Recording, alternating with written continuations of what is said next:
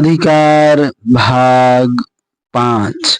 द्रोण ने खटखटाने के लिए साकल पकड़ा और जैसे कुछ सोचकर उसे छोड़ दिया। क्या बात है? कृपी ने पूछा। द्रोण ने कोई उत्तर नहीं दिया, किंतु उनका असमंजस उनके चेहरे पर झलका अवश्य।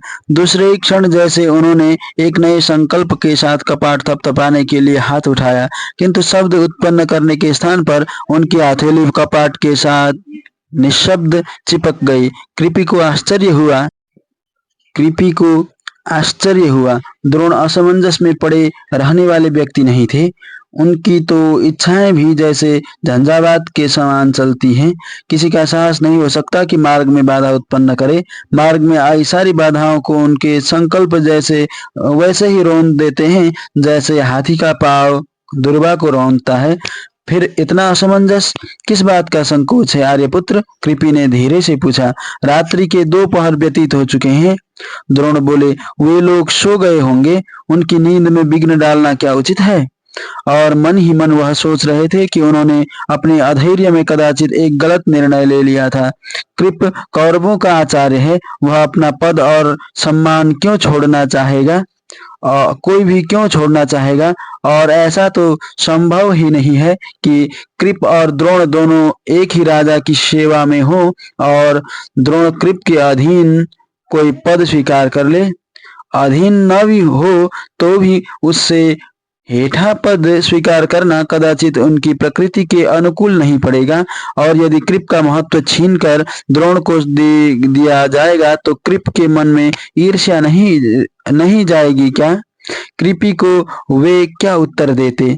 इतना चिंतन मनन और सोच विचार कर तो आपने यहाँ आने का निश्चय किया, और अब जब भाई के द्वार पर आ ही खड़े हुए तो कैसा संकोच कर रहे हैं आप? कृपी धीरे से बोली। या फिर आपके मन में ससुरालय में आकर टिकने के संदर्भ में आपत्तियां जागने लगी हैं? नहीं, कुछ ऐसा नहीं है। द्रोण कुछ और कहते उससे पहले ही कृपी ने आगे बढ़कर अधिकार पूर्वक साकल खटखटा दिया। रात्रि की स्तब्धता में इस प्रकार शब्द कर रही हो, इस बार द्रोण के स्वर में संकोच नहीं, आशंका बोल रही थी। अनेक लोग तो जाग जाएंगे, उन्हें ज्ञात हो जाएगा कि कृपाचार्य के घर अर्धरात्रि के अंधकार में कोई आया है। और जब लोगों में कौतूहल जागता है तो फिर कुछ भी गुप्त नहीं रह पाता। तुम चाहती हो प्रातः तक सारे हस्तिनापुर में प्रचारित हो जाए कि कौरवों के चीर शत्रु पांचालों का मित्र द्रोण नगर में है और कौरव मुझे निगड़बद्ध कर अपमानित करने की तैयारी करें। ऐसा कुछ नहीं होगा। कृपी ने कुछ उपेक्षा से कहा। मेरा पालन पोषण इसी हस्तिनापुर में हुआ है।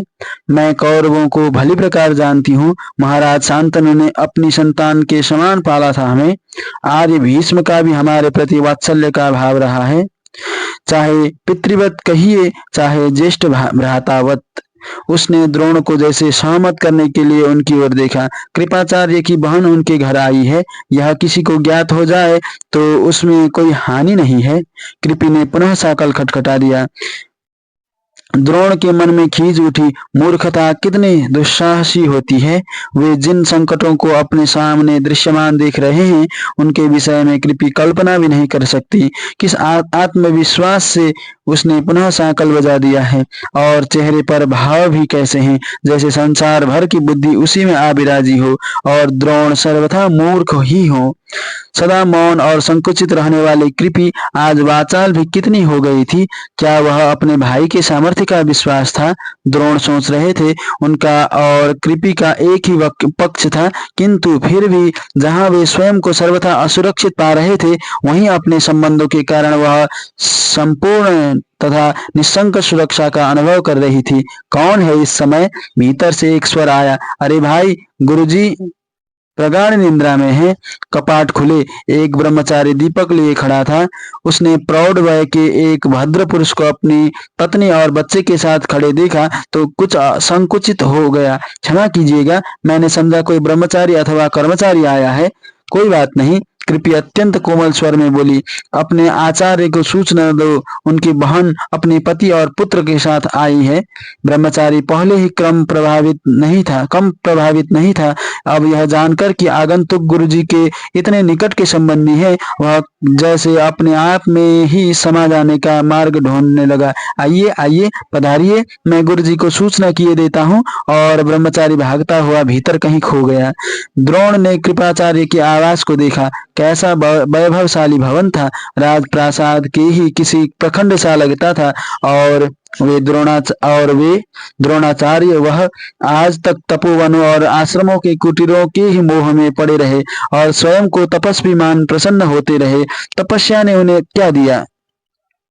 तपस्या ने क्या दिया उन्हें? अपमान और तिरस्कार, अभाव और असुविधाएं, अपने विकृत चिंतन का काल्पनिक गौरव।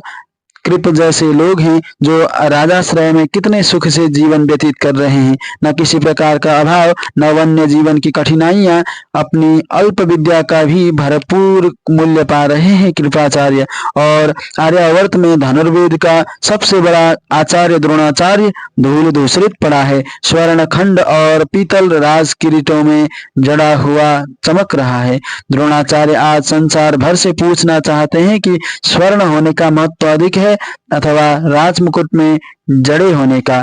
तभी कृपाचार्य ने आकर आचार्य मिश्रित सुख से उनका स्वागत किया। कृपी तुम? अरे आप आचार्य?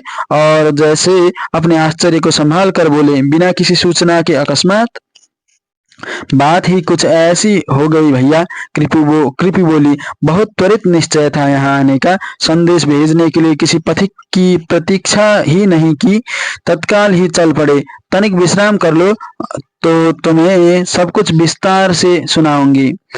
अरे हाँ, कृपाचार्य जैसे अपने व्यवहार पर हंसे। मैं तो भूल ही गया कि तुम लोग लंबी यात्रा करके आए हो और क्लांत हो। आओ। कृपाचार्य ने एक ओर मुड़कर पुकारा, प्रभुदत्त पुत्र, हाथ मुंह धोने के लिए जल की व्यवस्था कर दो। फिर कृपी की ओर मुड़कर धीरे से पूछा, आचार्य इस समय कुछ भोजन करेंगे क्या? कृपी की ओर मुड़कर धीरे से पूछा, आचार्य इस समय कुछ भोजन करेंगे क्या? भोजन की चिंता मत करो, कृपी बोली, भोजन हमने मार्ग में ही कर लिया था। अश्वत्थामा को तो भूखा नहीं रख सकते ना। ओह, यह अश्वत्थामा तो लगता है कि खड़ा खड़ा ही सो गया। कृपाचार्य ने अश्वत्थामा के केसों को स्नेह से दुलराया। बस विश्राम की व्यवस्था कर दो, थोड़ा फलाहार, कृप ने आग्रह किया। नहीं, इस समय कुछ नहीं, इस बार द्रोण बोले, अब प्रातः स्नान ध्यान के पश्चात ही खाने की बारी आएगी। जैसी आपकी इच्छा। कृप की द्रोण के स्वर में निहित आदेश को स्वीकार करना पड़ा। यद्यपि रात को सोने में अत्यंत विलंब हो गया था, फिर भी द्रोण प्रातः अपने समय से ही उठे और अपने नित्य कर्म में लग गए। कृप भी अपनी समस्त जिज्ञासाओं को संयत किए हुए अपनी दिनचर्या की ओर उन्मुख तो हुए, किंतु उनका ध्यान कृपी और द्रोण की ओर ही लगा रहा। उन्हें जहाँ अपनी बहन कृपी अत्यंत सहज और अस्वस्थ लग रही थी, वहीं द्रोण की भाव भंगिमा अत्यंत तनावपूर्ण तथा आशंकित लग रही थी। किंतु अनुकूल अवसर पाए बिना वे जिज्ञासा भी कैसे करते। भोजन के समय परिवेश कुछ निश्चिंतता का सा था।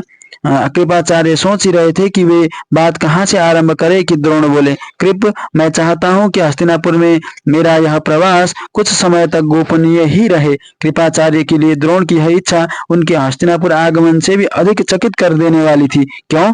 ऐसा कौन सा कारण है? और सहसा जैसे वे सचेत हो गए। हाँ, यदि यह कारण भी गोपनीय न हो तो?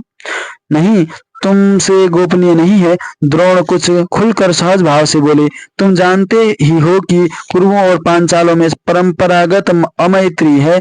मेरे पिता और मैं दोनों ही पांचालों से संबंधित रहे हैं और अतः हम उनके पक्ष के लोग माने जाते हैं। यदि कुरुओं को यह ज्ञात हो जाए कि पांचालों का एक मित्र अज्ञात रूप से रात के अंधकार में हस्तिनापुर में घुस आया है, तो उनको संदेह होगा, उनके मन में विरोध जागेगा और बहुत संभव है कि वे लोग हमारा कुछ अनिष्ट करना चाहें। मैं जानता हूं कि वे लोग ब्रह्म हत्या नहीं करेंगे, किंतु वे मुझे कदाचित अपने राज्य में रहने न दें। और इस समय स्थिति कुछ ऐसी है कि मैं कुरु राज्य से बाहर जाना नहीं चाहता। कृप ने द्रोण को एक तपस्वी अथवा धनुर्वेद के प्रकांड पंडित के रूप में ही देखा था। उन्हें द्रोण का यह रहस्यमय रूप सर्वथा नवीन ही नहीं, कुछ विचित्र भी लगा। यह तो जैसे किसी गूढ़ पुरुष का सा व्यवहार था। कृप का माथा ठनका। कहीं द्रोण सचमुच ही तो कुरुओं का कोई भेद लेने नहीं आए। यदि ऐसा है तो यह कृप के हित में नहीं है। यह तो भीष्म जैसे उदार और सहिष्णु व्यक्ति के कारण ही संभव हुआ कि कृपी का विवाह द्रोण के साथ करके भी कृप हस्तिनापुर के राज परिवार के अंग बनकर रहते चले गए। यदि कोई और व्यक्ति हस्तिनापुर की राजनीति का सूत्रधार होता तो कृप कब के हस्तिनापुर से अपमानित कर निकाल दिए गए होते। और अब यदि द्रोण ने कृप के ही घर में आश्रय लेकर राज परिवार के विरुद्ध अथवा राज परिवार का अहित करने का कोई प्रयत्न किया तो भीष्म भी कृपाचार्य की रक्षा नहीं कर पाएंगे। कृप को सावधान रहना चाहिए। और आज कृप को पहली बार लगा कि कृपी का द्रोण के साथ संबंध करते हुए उन्होंने कदाचित कुछ अधिक ही शीघ्रता की थी। उस समय उन्होंने सोचने समझने की कोई आवश्यकता नहीं समझी थी, या कदाचित सोचने समझने का अवकाश ही नहीं था। वे दोनों भाई बहन माता पिता के अभाव में हस्तिनापुर के राजप्रासाद में पाले गए थे। तपस्वी समाज से उनका कोई संपर्क ही नहीं रहा था। कृप के पास अपना कोई आश्रम भी नहीं था कि विभिन्न आश्रमों में ही कोई संबंध होता। और सबसे बड़ी बात थी कि कृपी का रूप आकर्षक नहीं था और उसका वयस बढ़ता जा रहा था। अपनी युवती बहन का शीघ्र विवाह कर अपने दायित्व से मुक्त पाने की कितनी व्यग्रता थी कृप के मन में। और तभी कृप ने यह भी जाना था कि ऋषियों मुनियों तपस्वियों वनवासी ब्राह्मणों के समाज में भी गृहस्थों के समान कुल गोत्र का विचार होने लगा था। अब वे भी इस संतान को ईश्वर का पवित्र प्रसाद समझकर ग्रहण नहीं करते थे। वे भी विचार करने लगे थे कि माता पिता कौन थे। उनमें वर्ण संकरता तो नहीं थी। ऋषियों मुनियों की आकस्मिक कामोत्तेजना से उत्पन्न संतानों को समाज में स्थान पाने में कठिनाइयां होने लगी थी। कृपी का वयस बढ़ता जा रहा था और कृप उसके लिए कोई उपयुक्त वर खोज नहीं पा रहे थे। ऐसे में उन्हें जब द्रोण जैसा वर दिखाई पड़ा तो सोचने और विचारने का अवकाश ही कहाँ था उनके पास। द्रोण की अवस्था कृप से कुछ अधिक ही थी। उनका संबंध पांचालों की राजसभा से चाहे नहीं था, किंतु वे द्रुपद के गुरुपुत्र थे, पांचालों के राज्य में रहते थे और अपेक्षित यही था कि वे पांचाल राजपुत्रों को शस्त्र शिक्षा देंगे। उन्होंने अपना आश्रम नहीं बनाया था, उनके पास गोधन भी नहीं था, राजा से कोई ब्रह्मवृत्ति भी नहीं लेते थे। किंतु कृप ने उस समय कुछ नहीं सोचा था। सोचना विचारना उन्हें अपने हित में नहीं लगा था। यदि उस समय वे सोच विचार करते रहते और उस अवसर का सदुपयोग न करते तो कदाचित कृपी आज भी उन्हीं के समान अविवाहित बैठी रहती। आज जब अपने पति तथा पुत्र के साथ उसके घर पर आई है तो कृप को भी एक परिवार की सी अनुभूति हुई है। परिवार में रहने का सुख ही कुछ और है। द्रोण अपना प्रवास गोपनीय न मानते तो कृप को कोई कठिनाई नहीं थी। वे निर्दोष भाव से किसी को भी बता सकते थे कि उनकी बहन अपने परिवार सहित उनसे मिलने आई है। उनके भगिनी पति पांचालों के राजगुरु हो तो हुआ करे। राज परिवारों की मैत्री अमैत्री से सामान्य जन अपने संबंध तो त्याग नहीं देंगे ना, पर वह स्वयं को गुप्त रखना चाहते हैं। जाने द्रोण के मन में क्या है। कहीं ऐसा न हो कि द्रोण को अपने घर में आश्रय देने के परिणाम स्वरूप स्वयं कृपाचार्य ही निराश्रित हो जाएं।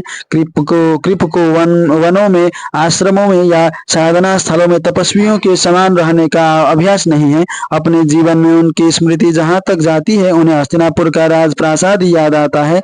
उन्हें राजप्रासाद के संरक्षित और व्यवस्थित वातावरण में ही रहने का अभ्यास है। यदि द्रोण के किसी कृत्य के कारण उनका आश्रय छीन गया तो वन में नदी तट पर कहीं कुटिया बनाकर रह पाएंगे कृपाचार्य।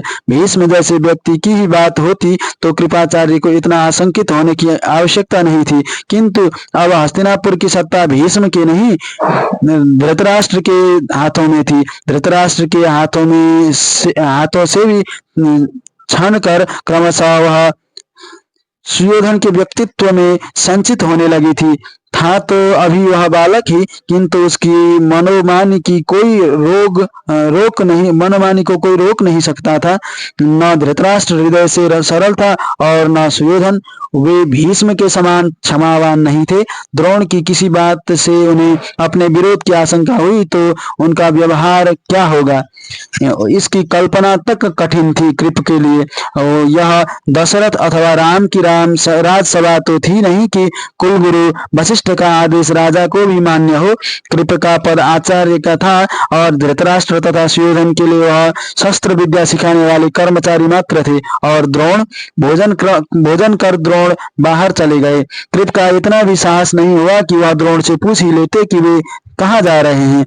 वैसे भी वे समझ नहीं पा रहे थे कि अपने प्रवास को गोपनीय रखने की इच्छुक द्रोण इस प्रकार दिन दहाड़े बाहर कहाँ जा रहे थे। द्रोण के जाने के पश्चात घर में कृपी को अकेली पाकर कृप कुछ आश्वस्त हुए। द्रोण वय में उनसे बड़े थे। संबंध भी उनसे ऐसा था कि हर बार कृप को ही दबना पड़ता था। वैसे भी द्रोण सदा गुरु गंभीर बने रहते थे। उनसे आग्रह पूर्वक प्रश्नोत्तर उनके बस की बात नहीं थी, किंतु कृपी से तो पूछा ही जा सकता था। वह उनकी बहन थी, एकमात्र बहन। दोनों साथ साथ पलकर बड़े हुए थे और कृपी के सिवाय उनका कोई था भी तो नहीं संसार में। कृपी के मन में भी बहुत सारा ऊहापोह था। रात को तो भाई से बात करने का अवसर ही नहीं मिला था। वैसे भी वह अपने पति के सम्मुख कुछ कहना नहीं चाहती थी। एकांत पाते ही उसने बात आरंभ की। भैया, इस प्रकार अकस्मात ही हमें अपने द्वार पर आया देख तुम्हें आश्चर्य तो हुआ होगा। प्रसन्नता हुई कृप ने स्वयं को सहज करने का प्रयत्न किया। विवाह के पश्चात तुम एक बार भी तो मायके नहीं आई। कहते तो ठीक हो भैया। कृपी का स्वर मंद भी था और मंथर भी। वस्तुतः न तो मेरी गृहस्थी सामान्य है और न मेरा पति। कृप ठिठक गए। क्या उनकी बहन अपने पति के साथ प्रसन्न नहीं है? क्या बात है कृपी? उन्होंने रुक कर पूछा। क्या तुम में और आचार्य में कोई नहीं? ऐसा कुछ विशेष नहीं है। कृपी ने मुस्कुराने का प्रयत्न किया। मैं तो केवल इतना कह रही थी कि मेरे पति अन्य साधारण लोगों के समान नहीं है, इसलिए साधारण स्त्रियों के समान मायके आ जा नहीं सकी। क्या केवल इतनी सी बात है? कृप ने पूछा। बात तो केवल इतनी सी ही है, कृपी ने सहज विश्वास के साथ कहा। किंतु भैया, बात छोटी नहीं है। इसी एक बात से और अनेक बात जुड़ती चली जाती है ना। मैं समझा नहीं। कृपी अपनी बहन को आश्चर्य से देख रहे थे। कृपी तो बहुत स्पष्ट और सीधी बात करने वाली लड़की थी। ये पहेलियां वह कब से बुझाने लगी।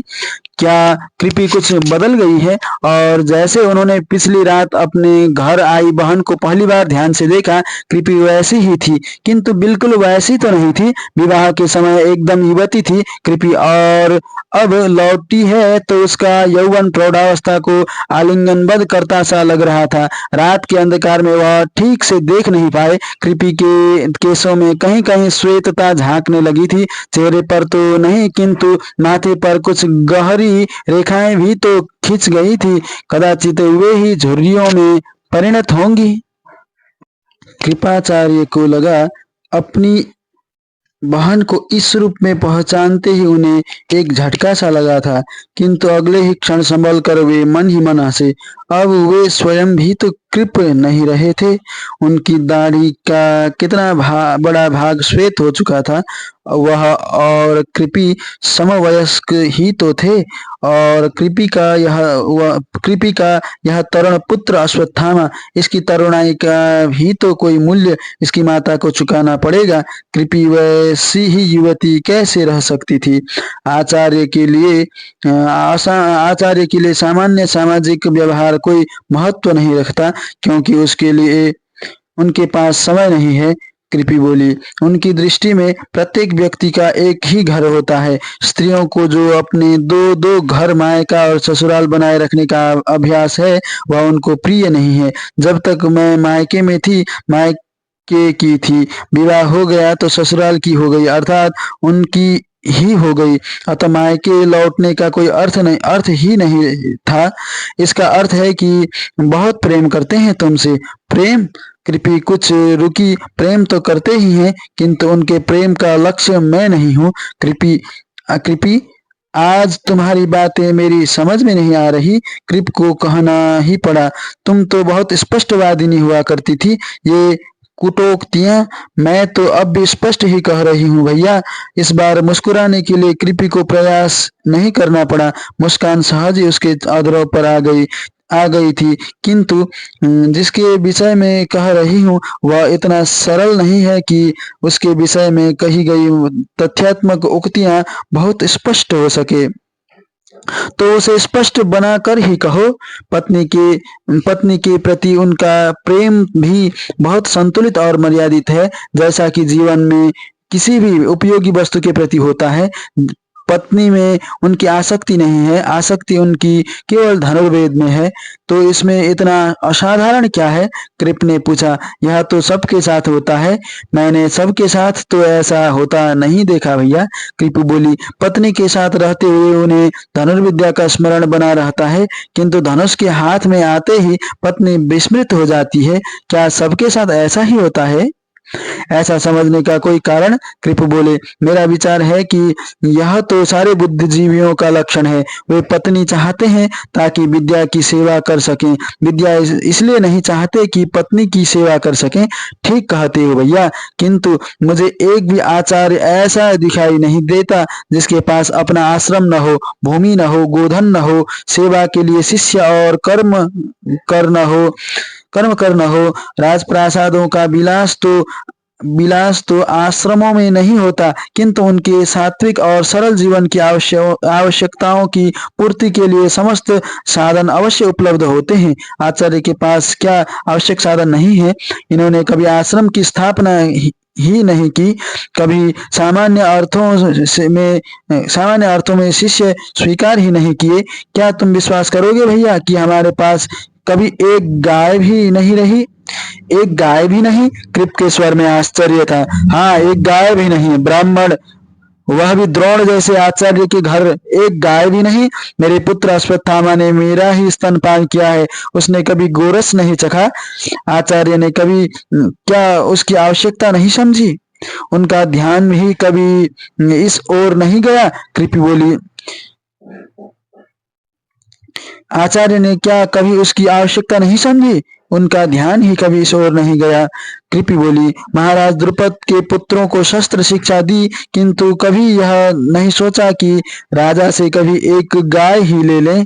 मान लिया कि ब्राह्मण का काम विद्यादान है, उसके प्रतिदान में कभी धन अथवा कोई पदार्थ भी स्वीकार किया जा सकता है, यह तो उन्होंने कभी सोचा ही नहीं। परिणाम यह हुआ कि आचार्य तो और अधिक ज्ञान अर्जित करने के लिए अपनी विद्या में और अधिक वृद्धि करने के लिए अपनी तपस्या में और अधिक सघनता लाने के लिए या तो एक से दूसरे आश्रम की यात्राएं करते रहे, ऋषियों की सेवा करते रहे, या फिर अधिक से अधिक आत्मलीन होते गए, और पीछे मैं और पुत्र अश्वत्थामा निर्धन से निर्धनतर होते गए। हमारी कठिनाइयां बढ़ती चली गईं। तो तुमने आचार्य को समझाया नहीं?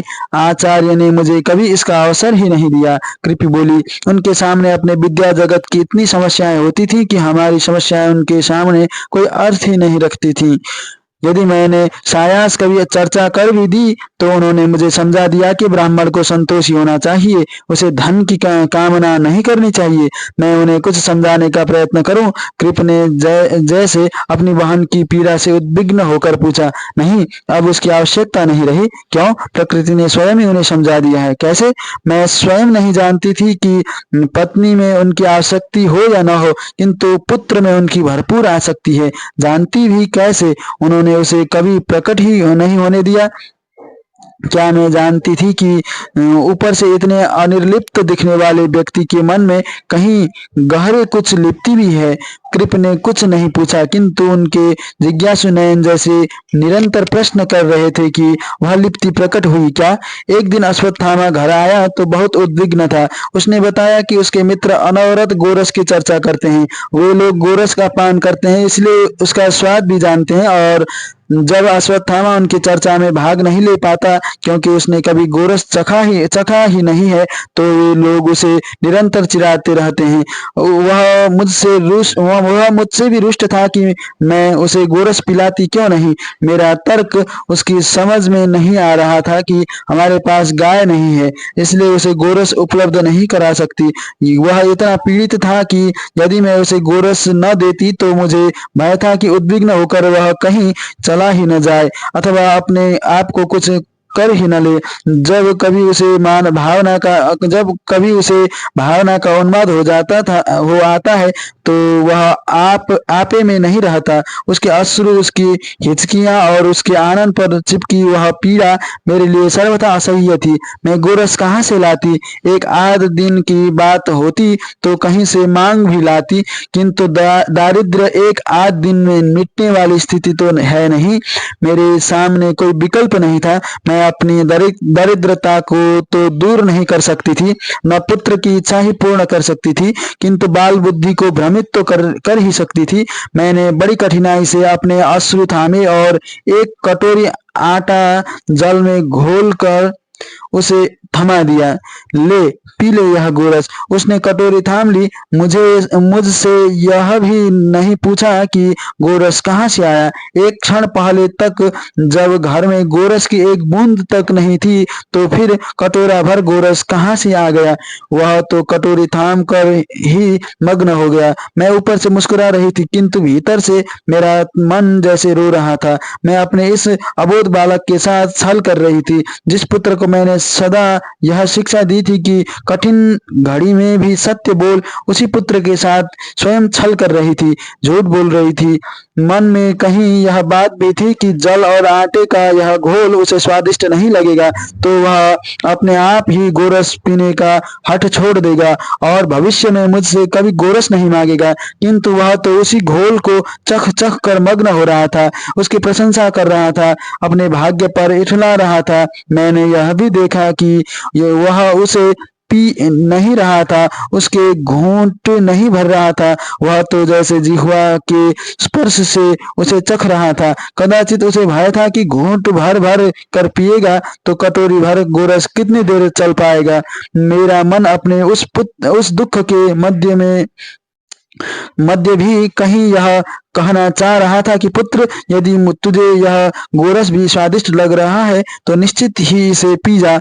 ऐसा गोरस तो तुझे मैं भांड भर कर बना दूंगी। किंतु उसे वह घोल पीकर प्रसन्नता में नृत्य करते देख मैं अपने पुत्र की अबोधता का सुख नहीं उठा पाई। मेरा हृदय जैसे फटा जा रहा था। मन हो रहा था कि एक बार इच्छा भर रो लूं, हिचकियों और अश्रुओं के साथ। मन में संचित पीड़ा का सरोवर एक बार पूरा का पूरा उड़ेलने का अवकाश और अवसर लूं, किंतु पुत्र को सम्मुख देख स्वयं को रोके रखने के सिवाय और कोई उपाय नहीं था। मैंने तो तुम्हारी ऐसी स्थिति की कभी कल्पना भी नहीं की। कृप एक लंबा निश्वास छोड़कर बोले, नहीं तो 2-4 गायें भिजवाना कोई कठिन काम तो था नहीं। तुम कल्पना कैसे करते भैया? तुम्हें कभी बुलाया होता, तुम्हारे पास कभी आई होती तब न। कृपि का स्वर कैसा तो हो गया था। कोई कैसे सोच सकता था कि आचार्य द्रोण अपनी विद्या और ज्ञान के होते हुए भी इतने निर्धन है। स्वेच्छा से अंगीकार की गई निर्धनता से भी अधिक निर्धन, सर्वथा कंगाल। जबकि आचार्य के तनिक से प्रयत्न से अपने सामर्थ्य के अहंकार को तनिक सा भूल कर कुछ शब्द कहने से आवश्यकता भर धन हमें मिल सकता था।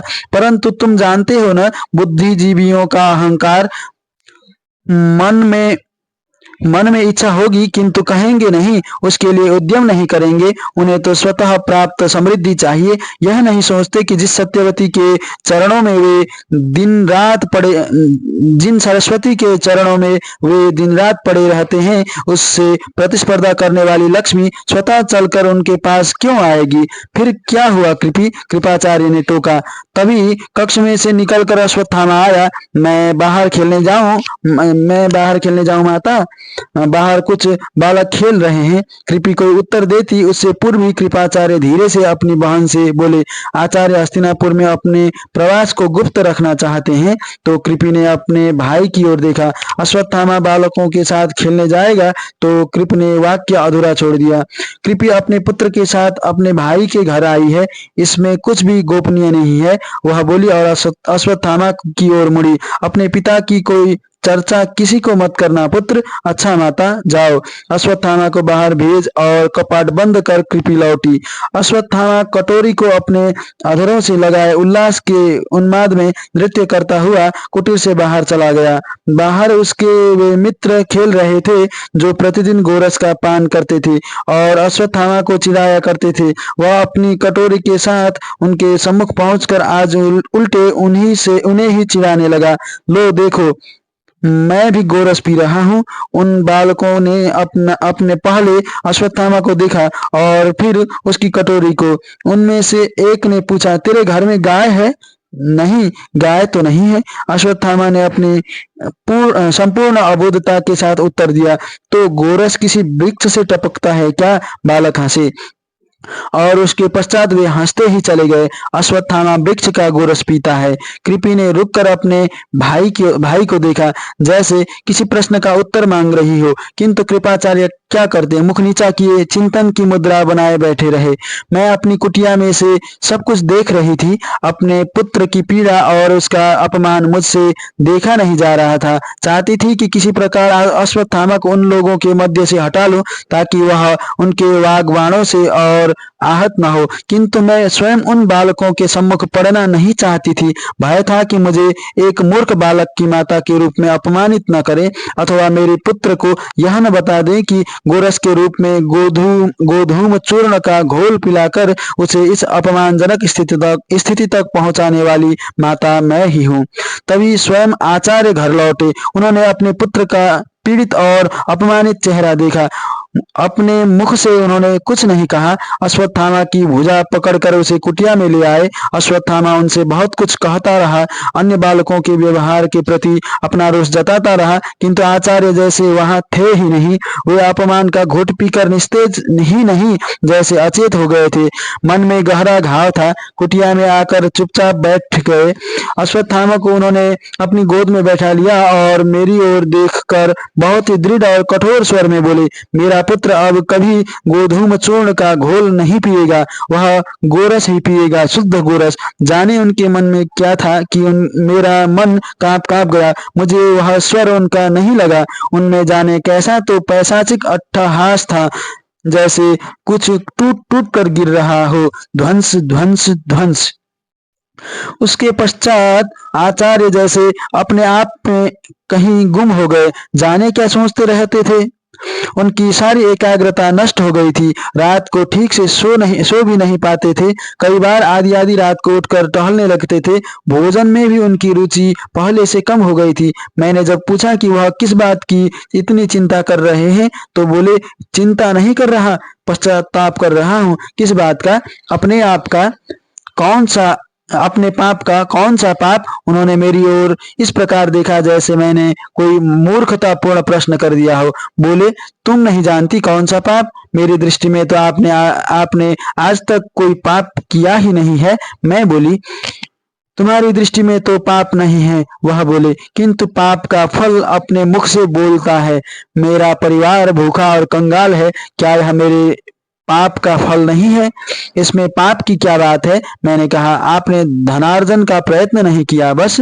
नहीं, केवल इतनी सी बात नहीं है। वे दुखी मन से बोले, मैंने लक्ष्मी का अपमान किया है, वह उसी पाप का फल है। मुझे विधाता ने जो विद्या दी है उससे बहुत कम में लोग धनाढ्य, शूरवीर और चक्रवर्ती सम्राट बने बैठे हैं, और मैं हूं कि उस विद्या को या तो संचित मात्र करता जा रहा हूं या फिर निःशुल्क वितरित करता जा रहा हूं। यह उस विद्या का भी अपमान है और लक्ष्मी का भी। मैंने उस विद्या का व्यापार नहीं किया, यह पाप है नहीं। संसार में रहकर मैं सांसारिक बनना नहीं चाहता, क्या यह पाप नहीं है? किंतु अब मैं यह पाप और नहीं करना चाहता। क्या करेंगे आप? उन्होंने तत्काल कोई उत्तर नहीं दिया। मैंने मान लिया कि वे इतने आत्मलीन है कि उन्होंने मेरा प्रश्न सुना ही नहीं होगा, किंतु उन्होंने मेरा प्रश्न सुन लिया था। शायद वे स्वयं अपने आप से उसका उत्तर मांग रहे थे, और जब कोई उत्तर नहीं मिला तो वे बोले, मैं स्वयं नहीं जानता। राजाश्रय की याचना करेंगे? मैंने पूछा। अपने शिष्यों से विद्या का शुल्क लेंगे अथवा राजपुरोहित बनकर किसी की चाकरी करेंगे? मेरा प्रश्न उन्हें अत्यंत अपमानजनक लगा था। तड़प कर बोले, मैं नहीं जानता कि क्या करूंगा, किंतु लक्ष्मी की उपेक्षा का पाप अब और नहीं करूंगा। वे कुछ देर और उसी मनस्थिति में रहे वे कुछ देर और उसी मनस्थिति में रहे। उनकी पीड़ा देख देख कर मुझे भी बहुत कष्ट होता था, किंतु मैं कर ही क्या सकती थी। विधाता से यही प्रार्थना करती थी कि वह किसी प्रकार उनका कष्ट दूर करे। कभी कभी तो मुझे लगता था कि वे कोई बहुत ही भयंकर संकल्प कर रहे हैं। उनकी आंखों के भाव मुझे बहुत भयानक लगते थे। उनमें से झांकती सर्वग्रासिनी प्रतिहिंसा मुझे दहला देती थी। उस भयानक मूर्ति में से अपने सौम्य पति की आकृति ढूंढती रहती थी, किंतु वह जाने कहाँ लुप्त हो गई थी। और फिर कभी कभी उनकी आकृति अत्यंत निरीह हो जाती थी, जैसे अभी हाथ जोड़कर दया की याचना करेगी। जाने क्यों उनकी उस तपस्या सिद्ध दृढ़ मूर्ति में से एक दिन भिक्षुक प्रकट होने लगता था। भिक्षुक मूर्ति के लिए बहुत दया उपजती थी मेरे मन में, किंतु फिर भी मैं भयभीत हो जाती थी। जाने उनके मन में क्या है, जाने वे क्या सोच रहे हैं, जाने वे क्या कर बैठेंगे। तुमने बहुत कष्ट सहा है बहन। कृपाचार्य अपनी सहानुभूति प्रकट करने के लिए जैसे शब्द नहीं खोज पा रहे थे। कहीं तुमने मुझे एक संदेश भिजवा दिया होता। संदेश भिजवाने का कोई साधन होता तो अवश्य भिजवा देती, कृपी बोली। किंतु एक तो वहां से इधर आने वाला कोई नहीं था। दूसरे, इनकी विक्षिप्त अवस्था जैसे जैसे बढ़ती जा रही थी। चिंतित माता और विक्षिप्त प्रायः पिता के निकट रहकर अश्वत्थामा के लिए भी जीवन कितना सुखद हो सकता था। मुझे भय था कि कहीं बालक इस अवस्था में कोई अप्रिय प्रभाव ही ग्रहण न कर ले। तभी एक दिन यह संध्या समय बाहर से लौटे तो मुझे कुछ आश्वस्त से लगे। मुझे भी अच्छा लगा। कुटिया के भीतर हमारे उस छोटे से संसार में हल्का सा संतोष लौटा। आचार्य ने अश्वत्थामा को पास बैठाकर प्यार किया और मुझे भी मीठी दृष्टि से दुलराया। मुझसे रहा नहीं गया तो मैंने पूछ ही लिया, क्या कोई सुखद समाचार है? हाँ, वे बोले। महेंद्रगिरी पर अपने आश्रम में भगवान परशुराम योग्य ब्राह्मण को अपना सर्वस्व दान कर रहे हैं। उनका यह सुखद समाचार सुनकर मैं प्रसन्न नहीं हो सकी। पूछा,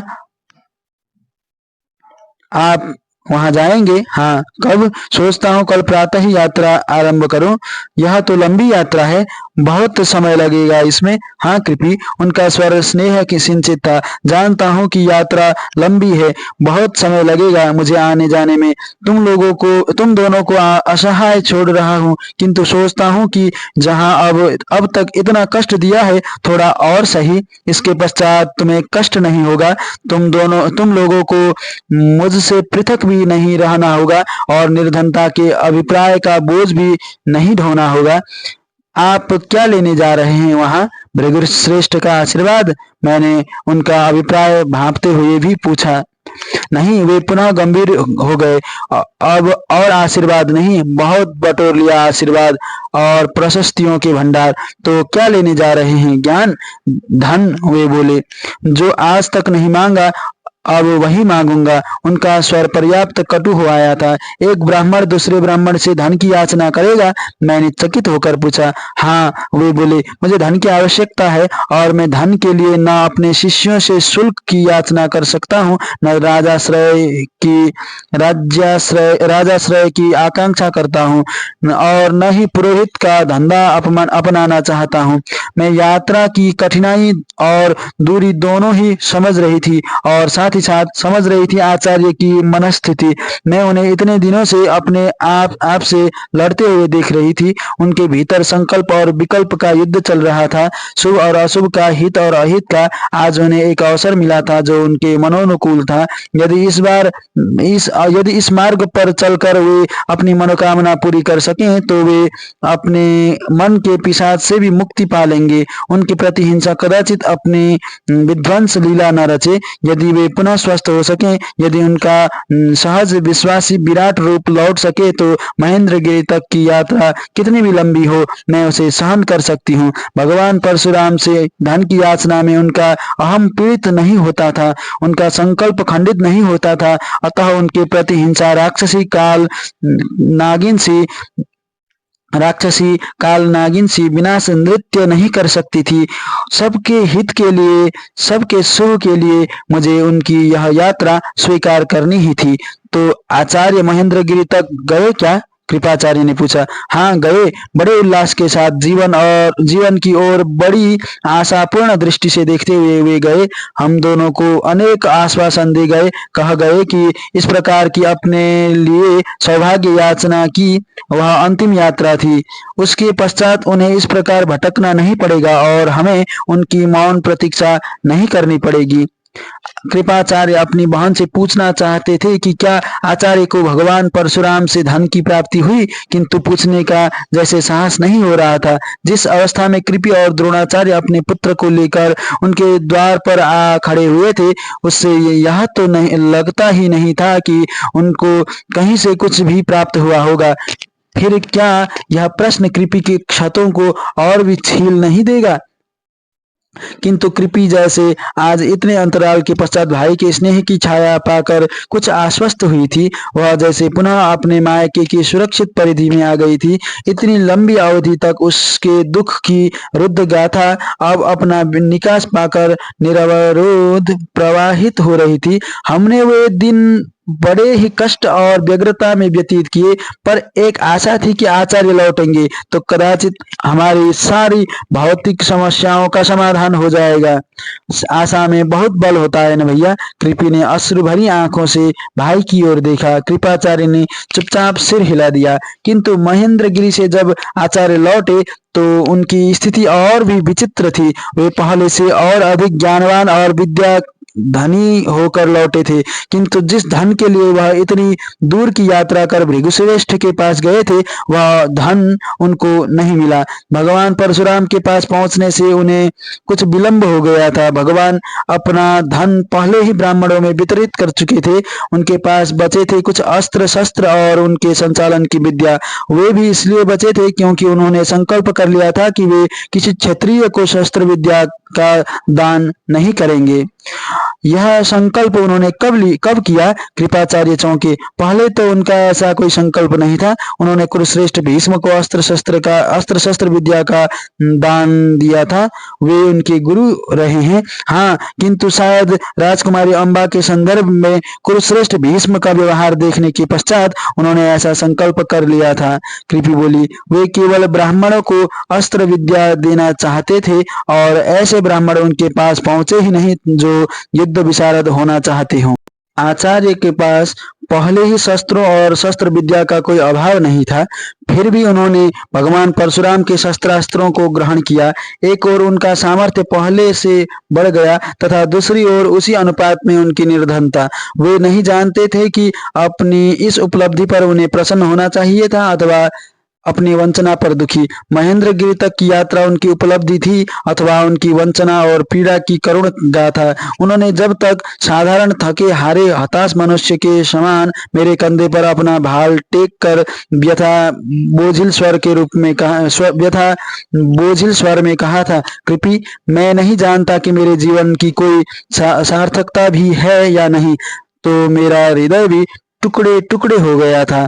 कृपि ने रुककर अपनी आंखों में छलक आए अश्रु पोंछे और संकुचित सी मुद्रा में भाई की ओर देखा। क्षमा करना भैया, अब भी जब उन दिनों को स्मरण करती हूँ तो मेरा मन भर आता है। अनायास ही कृपाचार्य का हाथ बहन के कंधे पर जा टिका। दुखी मत हो बहन, बस समझ लो कि अब तुम्हारे कष्टों का दिन समाप्त हो गए। चाहती तो हूँ कि इस बात का विश्वास कर पाऊँ, कृपी धीरे से बोली, किंतु मेरा मन कुछ इतना अविश्वासी हो गया है कि किसी भी सुंदर कल्पना पर मेरी आस्था टिकती ही नहीं। लगता है कि जैसे विधाता ने मेरे लिए सुख का कोई क्षण रचा ही नहीं है। कृतघ्न मत बनो कृपी।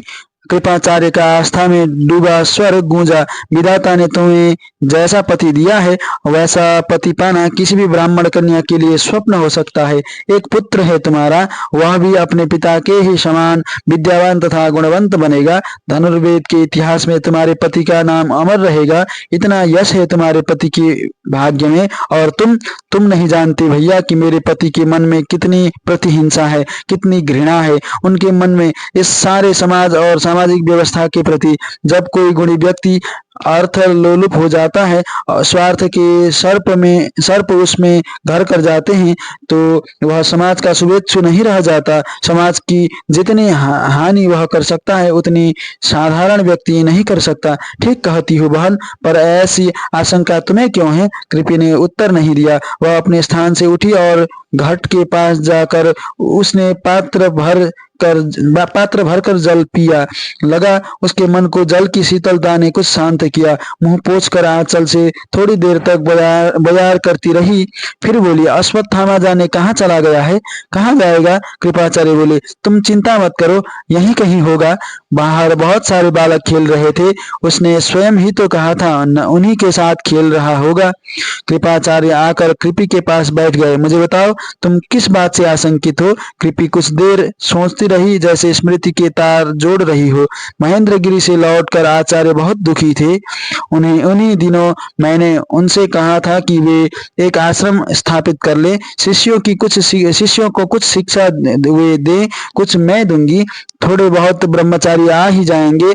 हम एक सामान्य सा गुरुकुल चलाते रहेंगे। हमारी आजीविका और साधना दोनों ही चलती रहेगी। उन्होंने मेरी बात सुनकर निषेध में सिर हिलाया था। नहीं, ऐसा नहीं हो सकता। कारण पूछने पर उन्होंने अत्यंत पीड़ित दृष्टि से मुझे देखा था और कहा था, असाधारण व्यक्ति का अभिशाप यही है कि वह कभी साधारण जीवन नहीं जी सकता। ठीक ही तो कहा था आचार्य ने, कृप बोले, किंतु इसमें चिंता की क्या बात है?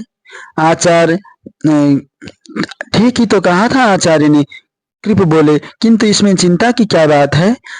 असाधारण व्यक्ति को साधारण जीवन जीना पड़े तो उसे असह्य पीड़ा होती है और पीड़ा कभी कभी मनुष्य को पशु बना देती है। मैं नहीं जानती कि आचार्य के मन में क्या है, किंतु मुझे लगता है कि उनके मन में कोई बहुत भयंकर संकल्प है। कभी कभी मुझे उनकी आंखों में विनाश दिखाई देने लगता है।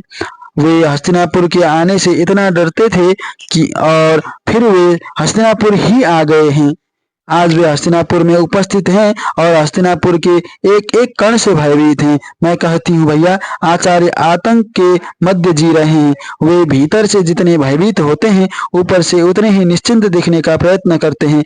कृपाचार्य जैसे कुछ समझ नहीं पाए। हस्तिनापुर से भयभीत होने का तो कोई कारण नहीं है। राजाओं की मैत्री अमैत्री से विद्वानों, आचार्यों और साधकों का क्या संबंध, यह तो मैं नहीं जानती। कृपी बोली, किंतु जब उन्होंने गुरुकुल की स्थापना स्वीकृत कर दी तो मैंने हस्तिनापुर आने के लिए भी कहा था। उनका उत्तर था, राजनीति भयशून्य नहीं हो सकती और हस्तिनापुर में राजनीति से तटस्थ रहकर अस्तित्व ही संभव नहीं है। हस्तिनापुर तो उदात्त सिद्धांतों का श्मशान है। वहां पतन से समझौता किए बिना जीवन संभव नहीं है। तो फिर आचार्य हस्तिनापुर चले कैसे आए? कृपाचार्य के स्वर में किंचित अचंभे का भाव था। तत्काल निश्चय नहीं किया था आचार्य ने हस्तिनापुर आने का। बहुत उद्विग्न होने पर एक दिन आचार्य ने जैसे किसी रहस्य का उद्घाटन करते हुए बहुत धीरे से कहा था, कृपी, मैंने यह स्थान त्यागने का निश्चय किया है, सदा के लिए, सपरिवार तुम्हारे और अश्वत्थामा के साथ। मुझे बहुत आश्चर्य हुआ। आचार्य ने यात्राएं तो बहुत सी की थी, किंतु अपना स्थान त्यागने की चर्चा उन्होंने कभी नहीं की थी। अपनी साधना स्थली भी कभी कोई त्यागता है क्या? पर जब उन्होंने निश्चय कर ही लिया था तो वे उसे पूरा भी करेंगे ही। कहाँ जाने का निश्चय किया है? सोचता हूँ द्रुपद के पास काम्पिल्य जाऊं। उन्होंने मेरी ओर देखा, जैसे जानते हो कि मेरी प्रतिक्रिया बहुत अनुकूल नहीं होगी। क्या विचार है तुम्हारा? मेरा क्या विचार, मैंने कहा, किंतु आप ही सदा राजाश्रय के विरुद्ध रहे हैं। राजाश्रय में ऋषि की स्वतंत्रता का क्या होगा? उनकी आंखों में उग्रता जागी। राजाश्रय की याचना करने नहीं जा रहा हूँ। द्रुपद मेरा सहपाठी है, गुरु भाई है, मेरे पिता का शिष्य है, उसके राजकुमारों को मैंने शिक्षा दी है। इन संबंधों के कारण क्या मैं अपनी स्वतंत्रता बनाए रखते हुए उसके राज्य में नहीं रह सकता? आज तक तो अब आपने द्रुपद के पास जाने की इच्छा कभी प्रकट नहीं की। पता नहीं वे मेरे प्रश्न को टालने के लिए टहलते रहे अथवा अपने मन को स्पष्ट रूप से जानने का प्रयत्न करते रहे और फिर जैसे किसी परिणाम पर पहुंचकर बोले, मेरा अकृत्रिम जीवन तो मेरी इसी साधना स्थली में ही संभव है कृपी। इससे बाहर जाकर वह मुझे कहीं नहीं मिलेगी। यह मैं पहले भी जानता था, आज भी जानता हूँ। इसलिए आज तक इस यात्रा को टालता रहा। फिर वे टहलने लगे। टहलते टहलते सहसा वे रुके और बोले, अब तुम्हें मैं कैसे समझाऊं कि मेरा नैसर्गिक जीवन क्या है और मैं कैसा जीवन चाहता हूँ। मेरा सारा जीवन अपने भीतर से परिचालित है। बाहर से मैं कोई निर्णय, कोई निश्चय, कोई संदेश, कोई बाध्यता नहीं चाहता। मेरा जीवन तो एक समाधि जैसा है जो बाहर की किसी भी गतिविधि को मात्र विघ्न मानता है। मैं चाहता हूँ कि एक खुले वन प्रांतर में मैं अपने धनुष बाण के साथ सर्वथा एकाकी रहूं, किंतु शायद गृहस्थी में यह संभव नहीं है। गृहस्थी के अपने कुछ पूर्वाधार हैं, मैं उनकी उपेक्षा नहीं कर सकता। अपने ऋषि होने का दंड मैं अपने पुत्र को नहीं दे सकता। उसके लिए जीवन की आवश्यक सुविधाएं तो मुझे जुटानी ही होंगी। मुझे द्रुपद के पास जाना ही होगा। मैं समझ रही थी कि वे अपने दायित्व से बंधे अपनी इच्छा के विरुद्ध द्रुपद के पास जा रहे थे। संभवतः अपने बाल सखा से मिलकर उन्हें प्रसन्नता ही होगी, किंतु वे एक याचक के रूप में राजा की सभा में नहीं जाना चाहते थे। बहुत संभव है कि वे राज वैभव से आतंकित हो या यह भी संभव है कि उनका अहंकार ऋषि को राजा से बड़ा मानता हो। वे बहुधा कहा करते थे कि ऋषि का पुत्र स्वतः ही ऋषि नहीं बन जाता। उसे ऋषि बनने के लिए वह सारी साधना करनी पड़ती है जो उसके पिता ने की थी, किंतु राजा का पुत्र स्वतः ही राजा बन जाता है। उसे कोई श्रम नहीं करना पड़ता, स्वयं को किसी योग्य सिद्ध नहीं करना पड़ता, कुछ अर्जित नहीं करना पड़ता। ज्ञान से शून्य होने पर भी वह ज्ञानियों से श्रेष्ठ माना जाता है। बुद्धिहीन होकर भी बुद्धिमान माना जाता है। वीरत्व में रिक्त होकर भी वीर होने का सम्मान पाता है। कृपि ने अपने आख्यान का सूत्र तोड़ा। मुझे लगता है कि उनके मन में राजाओं के विरुद्ध बद्धमूल बैर है, फिर भी वे द्रुपद के पास जा रहे थे। तभी अश्वत्थामा भीतर आया। माता, क्या बात है पुत्र? क्रीड़ा में मन नहीं लगा? नहीं, शरीर क्लांत लग रहा है। यह क्लांति नहीं है पुत्र, कृपि बोली, शिथिलता है। लगता है तुम अभी पूर्णतः स्वस्थ नहीं हुए हो। अभी विश्राम करो। तुम मेरे ग्रंथागार में चले जाओ। कृप ने कहा, मन बहल जाएगा। संभव है पढ़ते पढ़ते निद्रा आ जाए। कुछ सो लोगे तो शरीर को विश्राम मिलेगा और स्वस्थ हो जाओगे। अश्वत्थामा बिना कुछ कहे भीतर चला गया। लगा उसने मातुल के प्रस्ताव को निर्विरोध रूप से स्वीकार कर लिया था। कृपि जैसे अश्वत्थामा के जाने की प्रतीक्षा में ही थी। उसके जाते ही उसने अपनी कथा का टूटा सूत्र पुनः पकड़ लिया। अपनी कुटिया छोड़कर जब हम चले तो अश्वत्थामा कुछ शिथिल सा था। मैंने उसका कपाल छुआ। ज्वर नहीं था, किंतु ज्वर आ जाने की संभावना तो थी ही। मार्ग में यदि उसे ज्वर आ गया तो हम क्या करेंगे? हमारे पास न रथ थे न अश्व। हमें तो पदाती ही जाना था। अस्वस्थ बच्चे के साथ यात्रा करने की मेरी इच्छा नहीं थी। हम कितने ही साधनहीन की सही, किंतु घर तो घर ही होता है। जैसे भी थे, किंतु यहाँ कुछ पड़ोसी तो थे जिन्हें हम वर्षों से जानते थे। आवश्यकता के समय वे सामर्थ्य भर सहायता तो कर ही देते और फिर रोग दूर करने का का सबसे सरल मार्ग तो विश्राम ही था। मैं कुछ नहीं कर सकती थी तो भी कम से कम अश्वत्थामा के निकट बैठ उसका कपाल सहला सकती थी। आवश्यक होने पर वस्त्र से बयार कर सकती थी, जल पिला सकती थी, कोई औषधि पीस कर घोल कर दे सकती थी। वह लेटा रहेगा, उसके शरीर को विश्राम मिलेगा तो रोग अपने आप भाग जाएगा। यात्रा में बहुत चाहने पर भी उसे कितनी सुविधा से ले जा सकूंगी। इतने बड़े अश्वत्थामा को गोद में लेकर न मैं चल सकती थी न आचार्य। उसे यदि ज्वर में भी पदाती चलना पड़ा तो उसका कष्ट बढ़ सकता था। ऐसे समय में मार्ग में यदि विश्राम करने के लिए कोई उपयुक्त स्थान न मिला तो हम क्या करेंगे? किंतु आचार्य अब रुकने के लिए सहमत नहीं थे। उनके मन में एक बार में जो कुछ समा जाता था और जब तक उसे वे कर नहीं डालते थे वे शांत नहीं हो सकते थे। उन्हें रोकने का अर्थ था उनकी प्रतीक्षा की यातना को बढ़ाना। वैसे भी एक तो वह रुकते जो इतने पीड़ित रहते कि मैं अपराध बोध से ही मर जाती।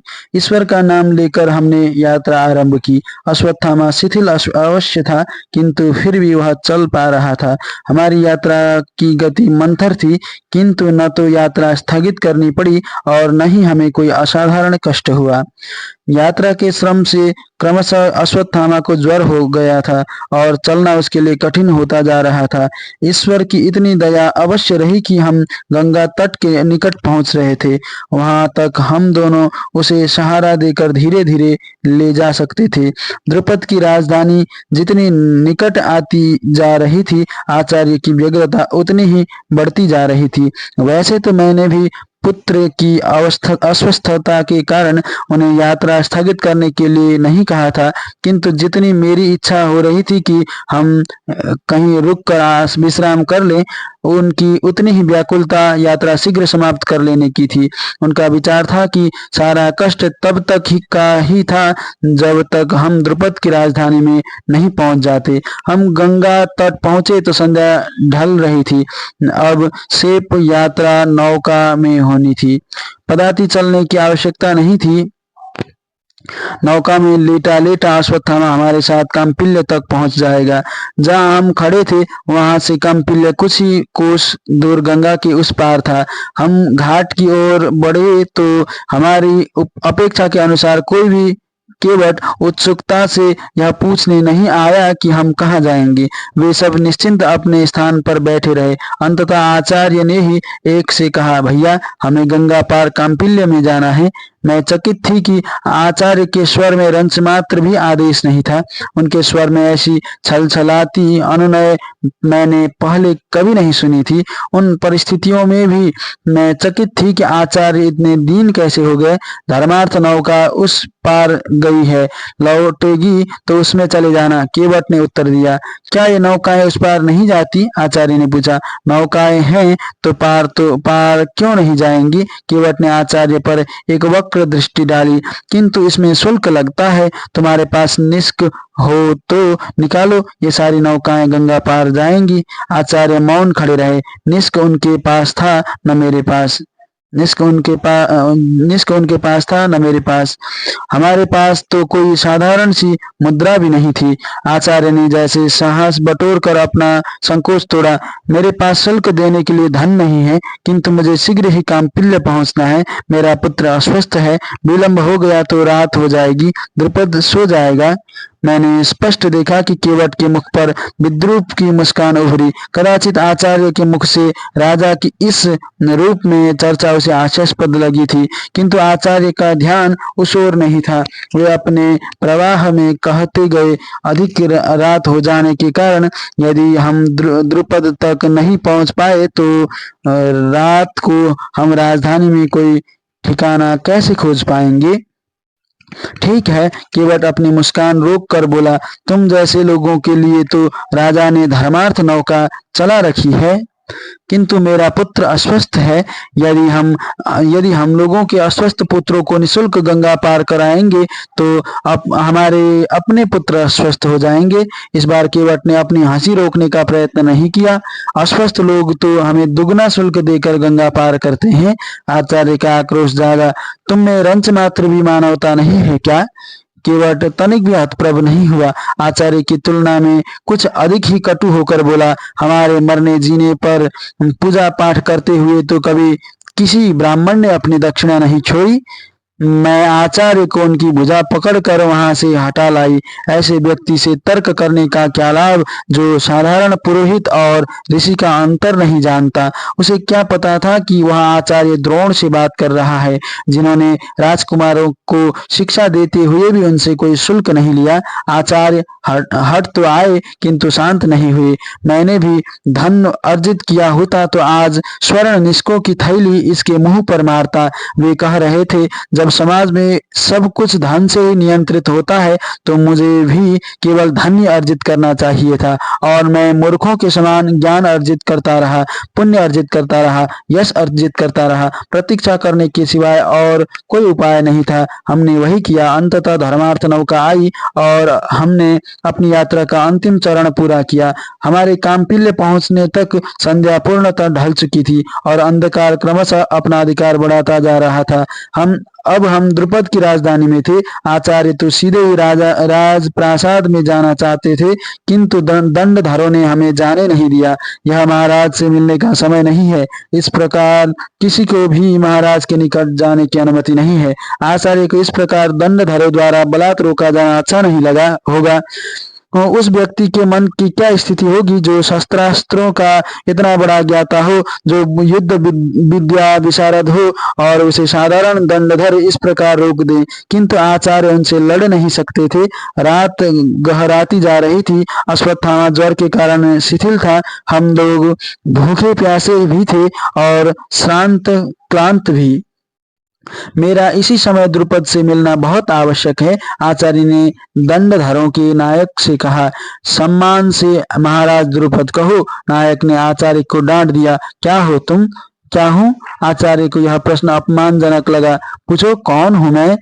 हम कौन को अधिक महत्व नहीं देते। नायक बोला, हमारे लिए क्या ही अधिक महत्वपूर्ण है।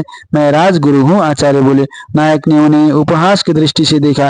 राजगुरु प्रासाद में रहते हैं, राजसी कासाय धारण करते हैं। महाराज उन्हें दिन में 4 बार नमस्कार करते हैं। ऐसा राजगुरु तो हमने प्रथम बार ही देखा है, जो धूलि धूसरित वस्त्र लपेटता हो और जिसे राजधानी में कोई पहचानता भी न हो। आचार्य का सीमा को लांग गया। मैं द्रोणाचार्य हूँ। राजकुमार धृष्टद्युम्न मुझसे धनुर्विद्या सीखने मेरे आश्रम में आया था। सुनो ब्राह्मण। नायक बोला, राजकुमार किस व्यक्ति से कहाँ क्या सीखने गए, इससे हमें कुछ भी लेना देना नहीं है। हम तो जानते हैं कि राजगुरु एक पद है। राजसभा में उनका विशिष्ट आसन है। वे महाराज के साथ सभा में अपने उसी आसन पर विराजते हैं। तुम जैसा कोई भी बैरागी केस और श्मश्रु बढ़ाकर चीथड़े धारण कर आकर कहे कि मैं राजगुरु हूँ, तो क्या हम मान लेंगे? उसने अपने पल के झपकाकर अंतिम उपदेश दिया। तुम क्या हो, यह अधिक महत्वपूर्ण नहीं है। अधिक महत्वपूर्ण यह है कि महाराज तुम्हारा कितना महत्व स्वीकार करते हैं। हम महत्व के सेवक नहीं, महाराज के सेवक हैं। दंडधरों से विवाद व्यर्थ था। ये बिना सोचे समझे बुद्धि के समस्त द्वार बंद किए, कदाचित आदेशों का आशय समझे बिना ही उनका पालन कर रहे थे। इससे अधिक की न उनमें क्षमता थी और न ही शायद उनसे अपेक्षा थी। उन्होंने हमारे आवास का भी वही प्रबंध कर दिया जहाँ साधारणतः सामान्य ब्राह्मण और तपस्वी ठहराए जाते थे। आचार्य का रोष बढ़ता ही जा रहा था। वे राजा के बाल सखा थे। राजकुमारों को उन्होंने शस्त्र विद्या सिखाई थी। वह संबंध न होता तो भी वे द्रोण थे, आर्यावर्त के श्रेष्ठ शस्त्र विशारद। उनका स्वागत तो होना ही चाहिए था। राजा को स्वयं उनका स्वागत करने के लिए आना चाहिए था। उन्हें सम्मान पूर्वक ले जाकर अपने प्रासाद में अपने साथ ठहराना चाहिए था, और यहाँ उन्हें रोककर साधारण भिक्षोपजीवी ब्राह्मणों के साथ ठहराकर इस प्रकार प्रतीक्षा कराई जा रही थी जैसे वे राजा के दर्शनों के आतुर कोई अकिंचन याचक हों, भिक्षुक हों। एक बार तो इतने रुष्ट हुए कि उन्होंने वापस लौट चलने की इच्छा प्रकट की। पर मैं सोच रही थी कि अस्वस्थ बालक के साथ इतने दूर की कष्टप्रद यात्रा करके आए हैं तो राजा से साक्षात्कार किए बिना नहीं लौटना चाहिए। आचार्य को अपनी अवमानना पीड़ित कर रही थी।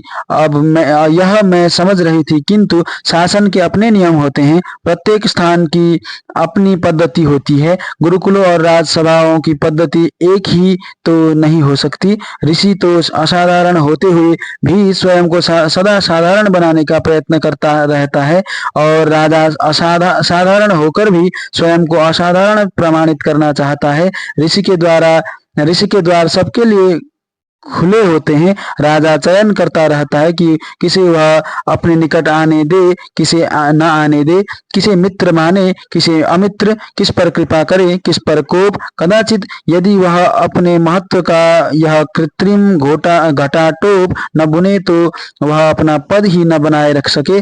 मैं अपनी क्षमता भर आचार्य को शांत रखने का प्रयत्न करती रही, किंतु उनका आहत और पीड़ित अहंकार जैसे सागर की लहरों के समान उफन उफन कर उमड़ आता था। उन्हें अपने चारों ओर अपनी अवमानना और उपेक्षा दिखाई पड़ रही थी। इतने बड़े आचार्य को साधारण दंडधरों की इच्छा के अनुसार चलना पड़ रहा था। उनके पास न कोई पद था, न महत्वपूर्ण व्यक्ति होने का प्रमाण। उनका महत्व तो केवल एक नाम में था, आचार्य द्रोण। जो कोई उस नाम के महत्व को जानता था, वह नाम सुनते ही उनके चरणों में लौट जाता था। जो उस नाम का महत्व नहीं जानता अथवा नहीं समझता था, उसको समझाना बहुत कठिन था। कोई गुणी अपना बखान अपने मुख से नहीं करना चाहता, किंतु वह चाहता है कि उसका महत्व समझा और स्वीकार किया जाए। किसी प्रकार रात कटी। प्रातः हम लोग भी अन्य बहुत सारे सामान्य जनों के साथ राजा के दर्शनों के लिए चले। दंडधर थोड़े थोड़े लोगों को राजसभा में जाने की अनुमति दे रहे थे। वे लोग लौट आते, भीतर स्थान बन जाता तो कुछ अन्य लोगों को भेज दिया जाता। हमारी भी बारी आई। द्रुपद की सभा असाधारण भव्यता लिए हुई थी। पर्याप्त ऊंचाई पर स्थित राज सिंहासन पर द्रुपद विराजमान था। अपने अपने पदों के अनुसार अधिक पदाधिकारी बैठे थे। बड़े अनुशासित ढंग से एक एक व्यक्ति को राजा के निकट जाने दिया जाता था। कहने को तो वह निकट था, किंतु फिर भी राजा से पर्याप्त दूरी होती थी।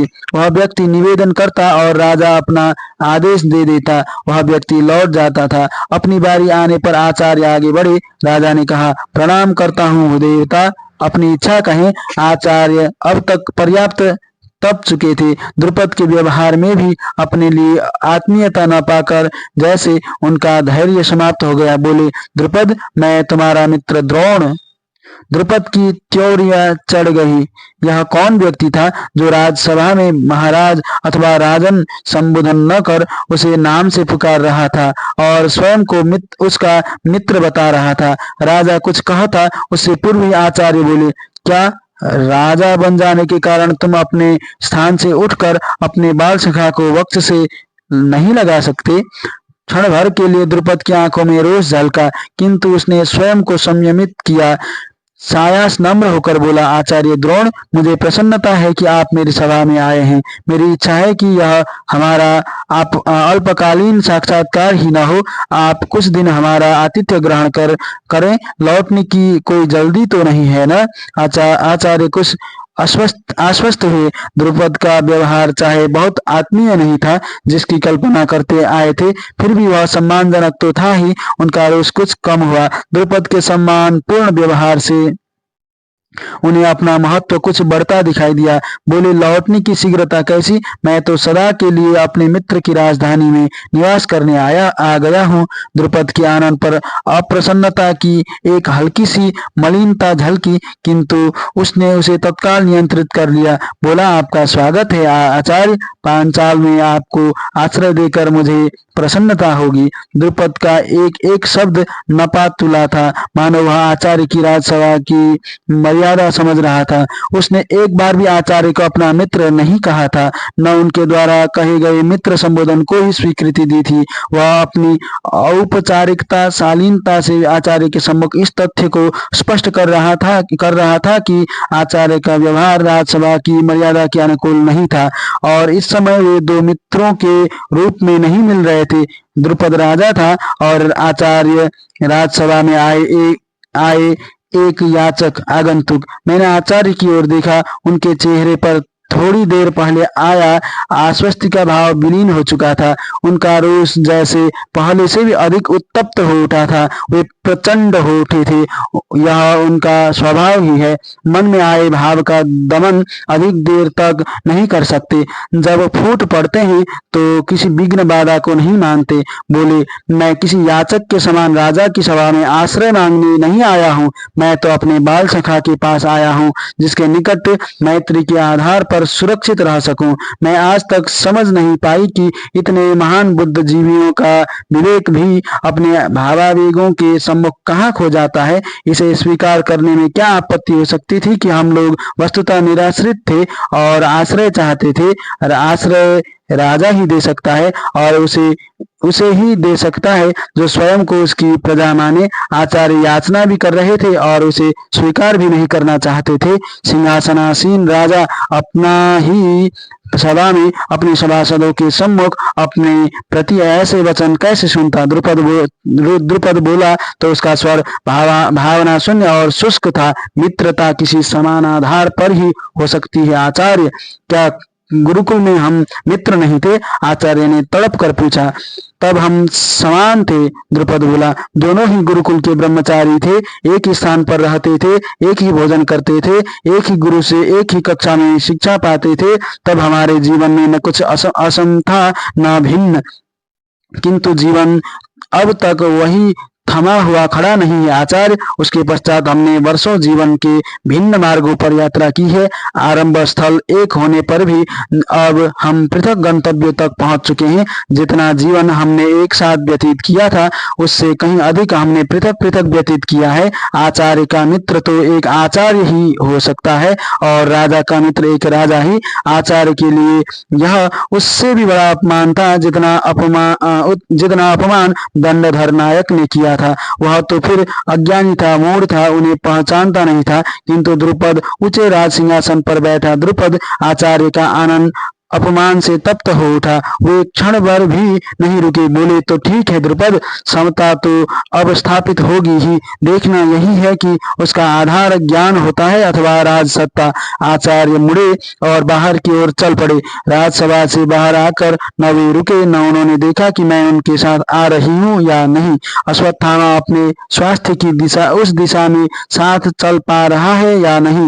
वे तो चले जा रहे थे, जाने किधर। अपने रात वाले डेरे की ओर वे नहीं जा रहे थे। उस ओर जाने की कोई विशेष आवश्यकता भी नहीं थी, किंतु वे जा किधर रहे थे? आर्यपुत्र, मैंने पुकारा। उनकी गति मंथर अवश्य हुई, किंतु वे रुके अब भी नहीं। अश्वत्थामा इस गति से नहीं चल पाएगा। वे अब भी नहीं रुके। चलते चलते ही बोले, आ जाओ, तनिक रुकिए तो, अब पांचालों की धरती पर रुकना पाप है। वे बोले। कुछ वे मंथर हुए, कुछ हमने अपनी गति बढ़ाई। जब हम निकट आए तो मैंने कहा, अब कहाँ जाएंगे? उन्होंने मुझ पर दृष्टि डाली। अवश्य, किंतु बोले कुछ नहीं। मैंने सोचा कि विचार कर रहे होंगे, थोड़ी देर में स्वयं ही उत्तर दे देंगे, किंतु उन्होंने कोई उत्तर नहीं दिया। विक्षिप्त की भांति चलते ही चले गए। जब मुझे विश्वास हो गया कि अब यह मेरा प्रश्न भी भूल चुके होंगे तो मैंने पुनः पूछा, अब कहाँ जाएंगे? मालूम नहीं। वे बोले, तो आप कहाँ चलते जा रहे हैं? मालूम नहीं। मैं खींच उठी। आपको स्वयं से कोई मोह नहीं है तो हम पर तो दया कीजिए। अश्वत्थामा ने रात को भी कुछ विशेष नहीं खाया। प्रातः से भी वह जल पीकर ही हमारे साथ दौड़ रहा है। आपको अपने मान अपमान की पड़ी है और मुझे अपने पुत्र के प्राणों की चिंता है। उनके चरण थम गए। उनके चेहरे पर भी पश्चाताप का भाव प्रकट हुआ, किंतु कुछ बोले नहीं। मुझे लगा कदाचित मैं ही कुछ उग्र हो उठी थी। उनकी पीड़ित मनस्थिति में मुझे उनके साथ सहानुभूति होनी चाहिए। यदि मैं भी कटाक्ष करने लगूंगी तो उनका आहत मन शांति कैसे पाएगा? क्या आप वापस डेरे पर जाना चाहते हैं? मैंने स्नेह मिश्रित स्वर में पूछा। डेरे पर ऐसा क्या रखा है कि वहां लौटूं? उनकी आंखों में अश्रु छलछला आए थे। मैं स्तब्ध रह गई। उनकी व्यथा मेरे अनुमान से कहीं अधिक थी। मैंने पहली बार देखा कि असमर्थ पति और असमर्थ पिता की यातना कितनी सघन होती है। मैं अवाक खड़ी उन्हें देखती रही। सांत्वना देने के लिए भी मेरे पास शब्द नहीं थे, किंतु मैं यह भी जानती थी कि मैंने ही सांत्वना न दी तो उन्हें कौन सांत्वना देगा। और अब न दी तो फिर कौन सा उपयुक्त अवसर आएगा हम वापस अपने स्थान पर लौट जाएं। मैं धीरे से बोली, वहां कोई राजा हमें पीड़ित करने तो नहीं आएगा? नहीं, वे बोले। मैं अपनी टांगों से दुम दबाए भीत कुकुर के समान अपनी गुफा में लौट जाना नहीं चाहता। मैं कितना भी असहाय क्यों न हो, अपने वर की थरथराहट छिपाने के लिए वे मौन हो गए। जब स्वयं को संभाल चुके तो ही बोले, अब मुझे कर्म क्षेत्र में उतरना ही होगा। मैंने बहुत विश्वास किया है मानवता पर, मानवीय गुणों पर, मित्रों पर, समाज पर, किंतु अब किसी का विश्वास नहीं करूंगा। केवल अपनी बुद्धि पर चलूंगा, स्वार्थ बुद्धि पर। तो कहीं बैठ जाएं? मैं बोली, कुछ देर विश्राम कर लें, कुछ विचार कर लें, कहाँ जाना है? मेरे मन में बहुत देर से विचार कुलबुला रहा था कि कहूँ कि चलिए हस्तिनापुर चलते हैं भैया के पास, किंतु कहने का साहस नहीं हुआ। लगा कि वे शांत हो रहे हैं। बोले, चलो गंगा तट पर किसी वृक्ष की छाया में विश्राम कर लें। और किसी की छाया तो अब रही नहीं। हम लोग गंगा तट पर पहुंचे। एक सघन वृक्ष देखकर उसकी छाया में बैठ गए। आचार्य नहीं बैठे। वे पात्र लेकर गंगा जल लाने की ब्याज से कहीं चले गए। बहुत संभव है कि वे कुछ समय के लिए पूर्ण एकांत चाहते हों, हमसे भी दूर, जहां वे केवल अपने आप से विचार विमर्श करना चाहते हों, विवाद करना चाहते हों। मैं विकट द्वंद्व में थी। उन्हें अकेला छोड़ूं या नहीं? बहुत संभव है वे एकांत में मन को एकाग्र कर सकें और कुछ शांति पा सकें, किंतु यह भी तो संभव है कि अपने मान अपमान, अपनी असहायता तथा समाज में अपने स्थान को लेकर वह अपने एकांत चिंतन में और उग्र हो उठे। किंतु अब वे जा चुके थे। मेरे पास सिवाय प्रतीक्षा के और कोई विकल्प नहीं था। आचार्य ने लौटने में बहुत विलंब नहीं किया। लौटे तो न केवल बहुत शांत लगे, वरन अपने परिवेश के प्रति कुछ जागरूक भी थे। ये हमारे लिए वृक्षों से तोड़कर कुछ फल तथा पात्र में गंगा जल लाए थे। मुझे अच्छा लगा। अपनी विक्षिप्तता से बाहर निकलकर उन्हें हमारा कुछ ध्यान तो आया। अश्वत्थामा को आहार की आवश्यकता भी थी। स्वास्थ्य की इस स्थिति में फल ही उसके लिए उचित आहार थे। हम तीनों उस वृक्ष की छाया में बैठे जब फल खा रहे थे तो मुझे पारिवारिक आत्मीयता की एक सुखद अनुभूति हुई। जाने लोग इतना अधिक धन वैभव तथा सांसारिक भौतिक संपदा किस लिए चाहते हैं, जो व्यर्थ ही परस्पर कलह उत्पन्न करती है।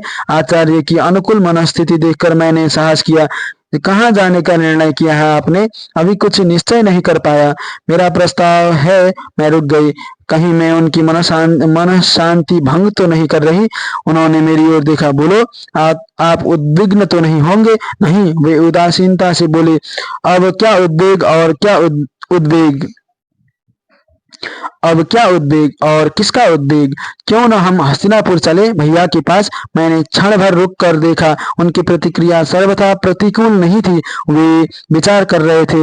यही समय था। मैंने सोचा इस समय उनको सहमत किया जा सकता है। आपत्ति के समय लोग आत्मीय जनों के पास ही तो जाते हैं। हमारा और है ही कौन? भैया का अपना परिवार भी नहीं है, आपके सास ससुर भी नहीं है, और वहाँ आपको किसी भी प्रकार की असुविधा नहीं होगी। भैया कौरव राजकुमारों के आचार्य हैं, उनका महाराज के पास आना जाना है। क्या मैं धृष्टद्युम्न का आचार्य नहीं था? क्या मैं द्रुपद का बाल सखा नहीं था?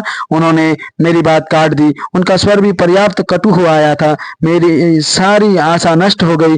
मेरा तो अंतिम सहारा ही हस्तिनापुर था। जाने क्यों मेरे मन में आस्था थी कि किन्हीं अनुकूल क्षणों में मैं उन्हें मना लूंगी, किंतु हस्तिनापुर के पक्ष में मेरे जितने भी तर्क थे वे उन्होंने एक बार ही काट कर धर दिए थे। मेरा मन एकदम रुआसा हो आया था। अब संसार में हमारे लिए कोई आश्रय नहीं था।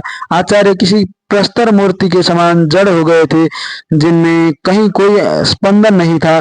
पहले भी दो एक अवसरों पर उनके साथ ऐसा ही हुआ था।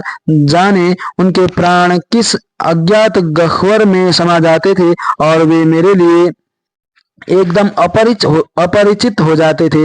मुझे लगता था मेरे सामने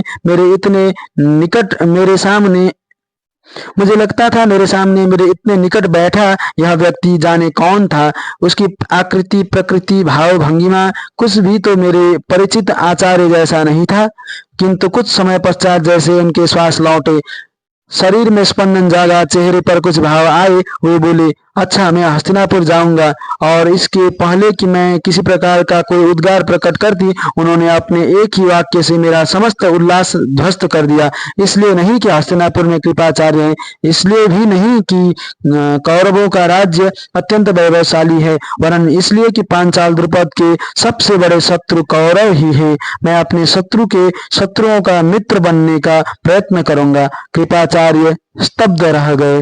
कृपी सायास मुस्कुराकर बोली, मेरी भी यही स्थिति हुई थी भैया। इसलिए मैं कहती हूँ कि कभी कभी मुझे इनसे डर लगने लगता है। कोई बात नहीं बहन। कृपाचार्य अपनी स्तब्ध अवस्था से उभरे। आचार्य के मन में क्या है यह तो वे ही जाने। मेरी अपनी इच्छा है कि तुम सब लोग यहीं रहो। आचार्य को कोई न कोई सम्मानजनक पद मिल ही जाएगा और मेरा एक परिवार हो जाएगा। मैं तुम्हें विश्वास दिलाता हूँ कि अश्वत्थामा के लिए मेरे मन में भी पुत्र का सा ही स्नेह है। उसके लिए यहाँ गोरस का ही नहीं किंतु किसी भी वस्तु का अभाव नहीं होगा। और धृतराष्ट्र को यह समझना तनिक भी कठिन नहीं होगा कि आचार्य पांचालों के मित्र नहीं, मेरे संबंधी हैं।